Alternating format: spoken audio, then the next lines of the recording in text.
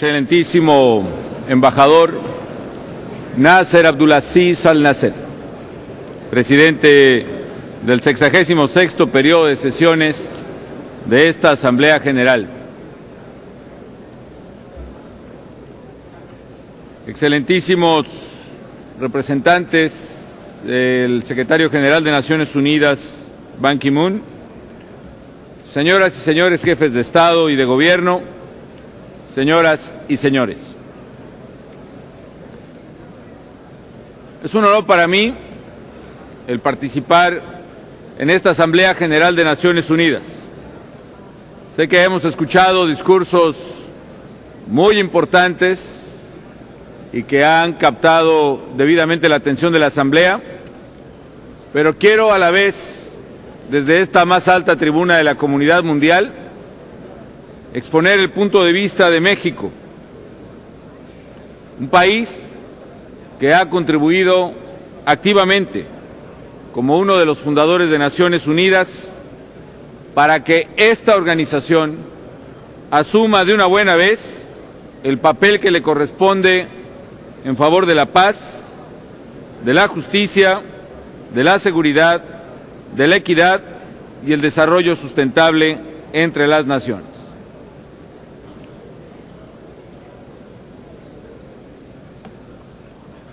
Hoy el mundo enfrenta grandes desafíos. Se ha hablado de ellos el día de hoy.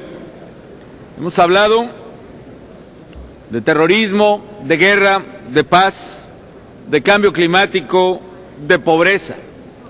Y sabemos que padecemos otros problemas como la crisis económica internacional. Hoy quiero referirme solo a alguno de ellos. Consciente además, amigos míos, de que nuestro deber es fortalecer a las Naciones Unidas, desburocratizar a las Naciones Unidas y convertir a esta organización nuevamente en una organización capaz de enfrentar los retos apremiantes de nuestro tiempo. Frente a esa realidad, México está asumiendo su responsabilidad internacional con firmeza y con determinación. Quiero referirme a lo que creo es el problema que más duele a la gente más pobre del mundo en este momento. A más de 1.000 millones de personas en todos los continentes que están viviendo con menos de $1.25 al día. El problema de la pobreza. En los últimos 5 años, los precios de los alimentos han subido más del 50%.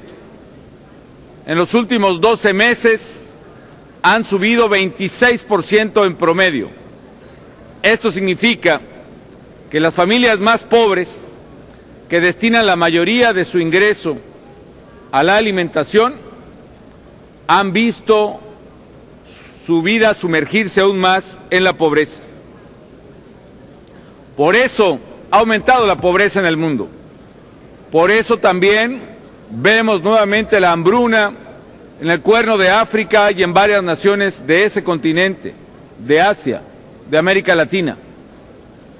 Por eso también, amigas y amigos, además del despertar democrático de muchas naciones, está también el dolor del hambre de muchísima gente que ha salido a las calles y ha sido el hambre la que también ha despertado en muchos lugares la conciencia democrática. ¿Por qué es este aumento de alimentos? Y es mi primera reflexión.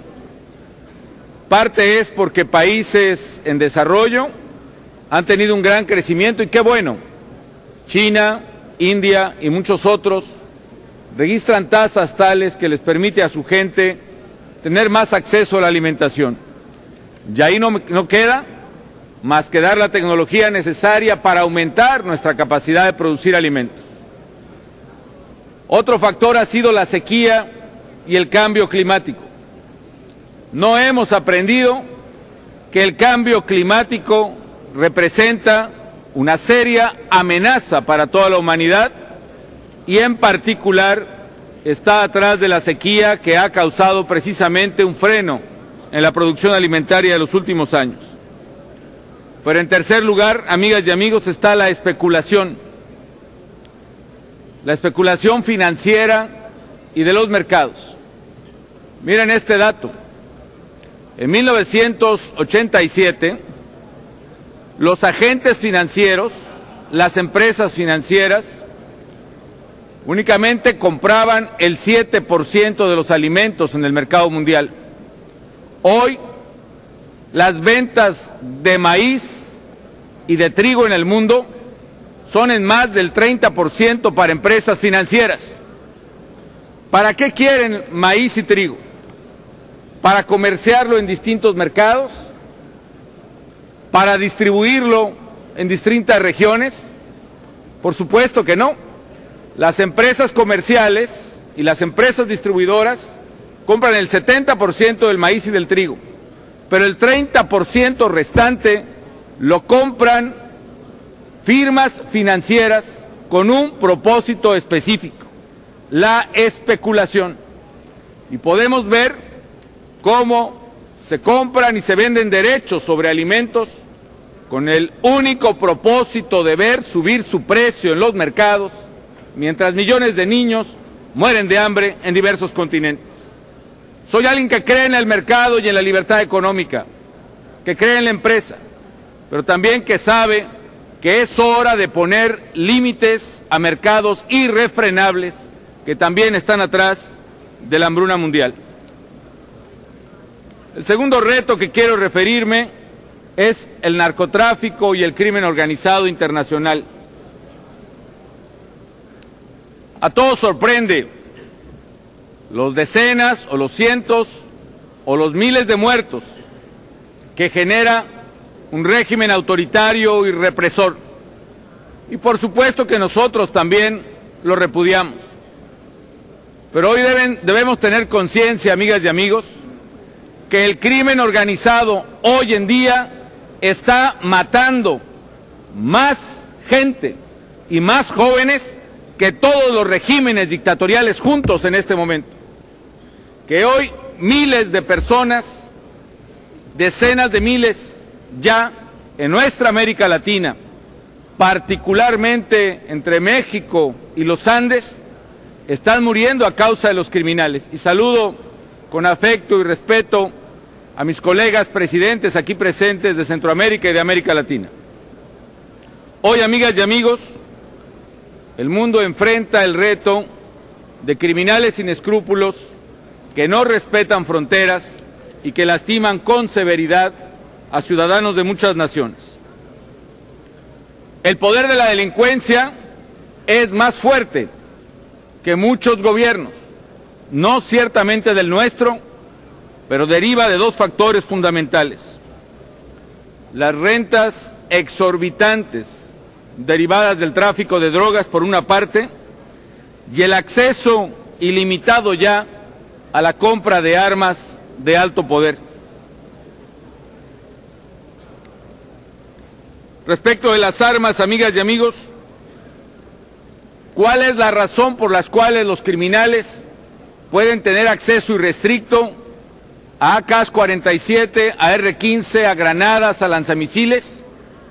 La razón para mí, después de combatir fuertemente a los criminales y después de haber decomisado 120,000 armas en 5 años, se resume a una sola palabra. La razón es el lucro de la industria armamentista irrefrenable que ve en cada guerra, sea una guerra civil en un país lejano o sea una batalla entre criminales, la oportunidad de vender y vender más esas armas. Es urgente poner controles serios en países productores y vendedores de armas de alto poder para que no sigan alimentando los arsenales de los delincuentes. Naciones Unidas tiene trabajo que hacer aquí. Naciones Unidas debe continuar impulsando el Tratado Internacional sobre Comercio de Armas y evitar su desvío hacia actividades prohibidas por el derecho internacional. Pero por otra parte, amigas y amigos, el crimen organizado se alimenta de las estratosféricas ganancias que genera la venta ilícita, la venta de drogas ilícitas en el mundo.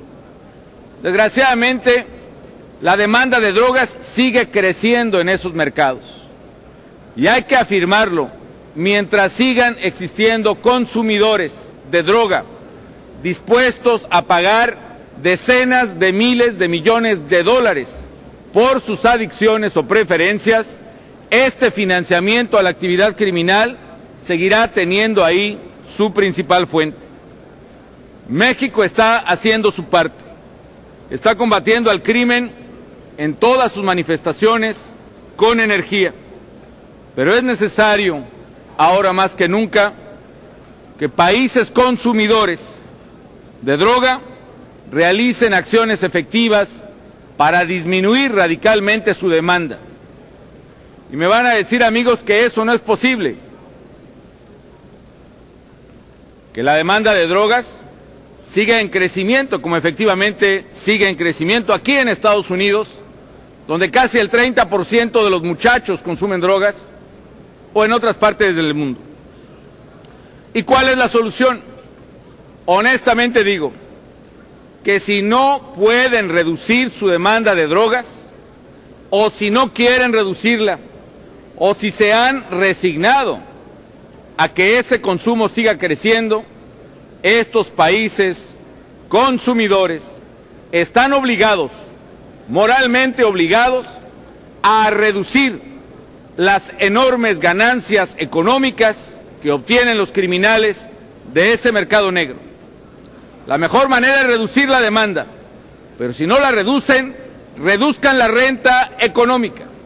Están obligados a encontrar precisamente cómo cortar esa fuente de financiamiento ilimitada y obligados a buscar todas las opciones posibles, obligados precisamente a buscar otras opciones, incluyendo alternativas de mercado que eviten que el narcotráfico siga siendo el origen de la violencia y de la muerte, particularmente en América Latina y el Caribe, y también en varios países de África. El tercer reto, finalmente, que quiero hablar, es el cambio climático. Mis colegas centroamericanos, caribeños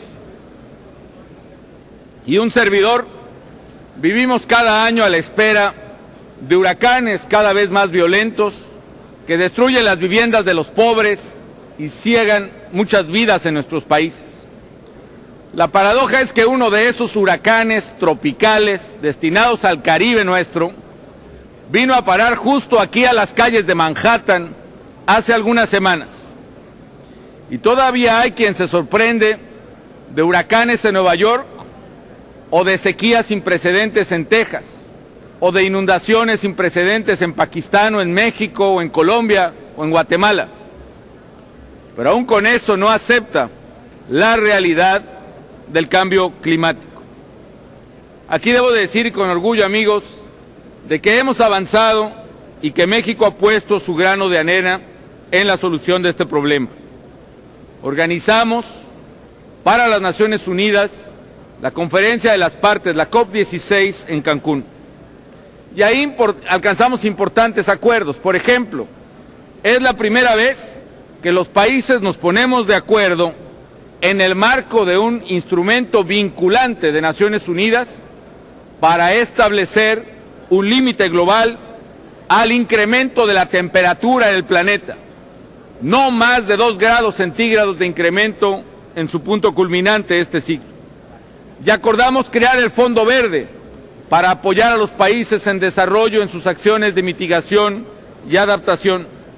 Y creamos un mecanismo de transferencia de tecnología e incorporamos los métodos de reducción de emisiones por deforestación y degradación de suelo, los mecanismos REDD, que permitirán, por ejemplo, que los países más pobres contribuyan a reducir el cambio climático a través de preservar sus bosques y selvas. En México, ya más de 12 millones de comunidades, de personas en comunidades indígenas que viven en y que viven de las selvas y bosques y que no tenían otra alternativa más que acabar con ellos, hoy aprovechan sus bosques de manera sustentable y reciben un pago por el servicio ambiental que proporcionan esos árboles por parte del resto de la sociedad. Viene la COP17 en Durban, en Sudáfrica. Temo, amigas y amigos, que si no hay el liderazgo político suficiente y si no hay el compromiso serio de Naciones Unidas en su propia convención, en Durban podamos perder parte de lo que hemos avanzado contra el cambio climático. Y tenemos que avanzar en el protocolo de Kioto. No se olvide que el protocolo de Kioto se termina el próximo año, que el próximo año fenecen las obligaciones del anexo 1. ¿Qué va a pasar con nuestras obligaciones ambientales ante la falta de acción de los liderazgos mundiales más relevantes? El mejor camino para combatir el cambio climático, amigas y amigos, es romper el falso dilema de que tenemos que optar entre el crecimiento económico o el combate al cambio climático. Es perfectamente compatible que a través de acciones que construyan el desarrollo sustentable, combatamos al mismo tiempo la pobreza y al mismo tiempo el cambio climático. Finalmente, un tercer reto es la base social para combatir precisamente la pobreza y la marginación. En México establecimos precisamente un programa de transferencias de dinero a la gente más pobre, condicionada a que las mamás lleven a sus niños a la escuela o a la clínica. Y a través de este programa Oportunidades, que da en promedio $80 al mes al cuarto de familias, a la cuarta parte de las familias de México, las más pobres, que beneficia a más de 30 millones de personas, ha permitido reducir la pobreza extrema entre 1995 y 2010 en casi un 50% en nuestro país. Y recientemente nos hemos enfocado a garantizar la salud de los mexicanos. En 5 años, 1,000 nuevos hospitales o clínicas, 2,000 más reconstruidas y un seguro popular que cubre ya a más de 100 millones de personas, le permiten a México decir hoy con orgullo en Naciones Unidas que México este año alcanzará la cobertura universal de salud, médico, medicinas, tratamiento y hospital para cualquier mexicana o cualquier mexicano que lo necesite. Un logro que nos enorgullece y que refrenda el hecho de que México ha alcanzado ya anticipadamente prácticamente todas las metas del milenio que comprometió. Finalmente, amigas y amigos, hablo de un tema imperativo que tiene que ver con la transformación y la actualización de la Organización de las Naciones Unidas. Un tema que por lo visto ha puesto a prueba la capacidad de esta organización y es el conflicto en el Medio Oriente. Nos preocupa en particular el estancamiento en las negociaciones entre Israel y la Autoridad Nacional Palestina.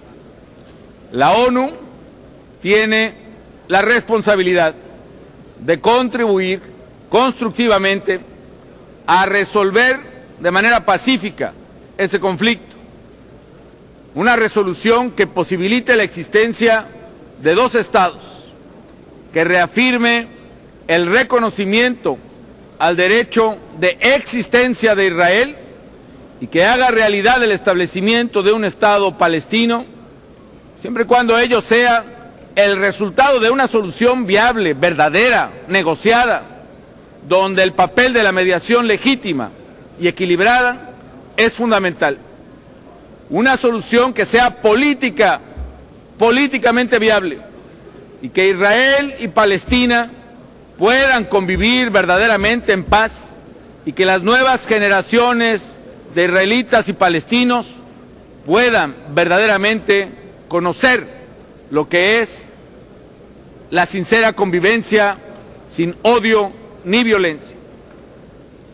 Y advertimos también que ninguna solución puede encontrarse mientras integrantes de una u otra de las partes pretendan explícita o implícitamente la eliminación de la otra parte. Hay que avanzar, además, en el cumplimiento de las resoluciones de Naciones Unidas para poner fin a políticas que sabemos todos son contrarias al derecho internacional.